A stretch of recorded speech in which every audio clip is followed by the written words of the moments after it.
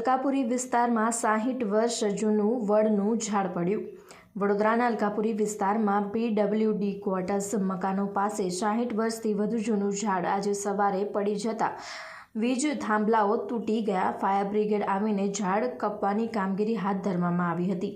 GB દ્વારા લાઇટોની કામગીરી પણ હાથ ધરવામાં આવી હતી। Reporter Rahul Rajput, YNN news, Vadodara. મારું નામ મનીષ પરદેશી છે।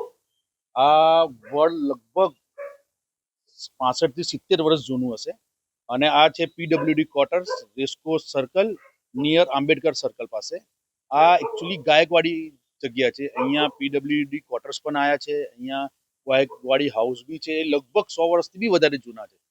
આ ઝાડ પડ્યું આજે સવારે જ પડ્યું છે, લગભગ સવારે 10-10:30 ની અરસામાં જ આ ઝાડ પડ્યું છે, પણ અહીંયા કોઈ નુકસાન નથી થયું, કોઈને અહીંયા જાનહાનિ નથી થઈ।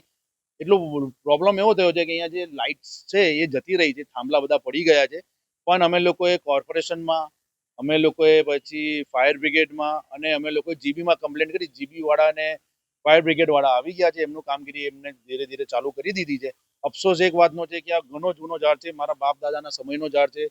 અહીંયા મારા બાપ દાદા બી રમ્યા છે, હું પણ રમ્યો છું।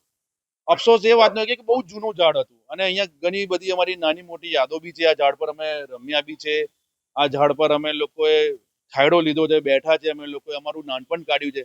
એટલે અફસોસ છે, પણ હવે આમાં કશું કરી શકાય નહીં, પડી ગયો છે, એનું દુઃખ છે। આ એકચ્યુઅલી ભાતુજી મહારાજનું મંદિર છે અમારા ત્યાંનું, અને આ એવું મંદિર છે કે અહીંયા કમળાનો રોગનું નિવારણ કરવામાં આવે છે। લગભગ આ મંદિર બી 80 થી 90 વર્ષ જૂનું છે। તમે જોઈ શકો છો કે આ કેટલું જૂનું ઝાડ હોઈ શકે। આમાં ઘણું બધું ઊંડો ખાડો થઈ ગયો છે, નુકસાન બી છે। હવે કઈ વાંધો નહીં, હવે ભગવાનની લીલા છે, હવે ભગવાન જે કરે ખરું। Subscribe now and press the bell icon. Never miss an update.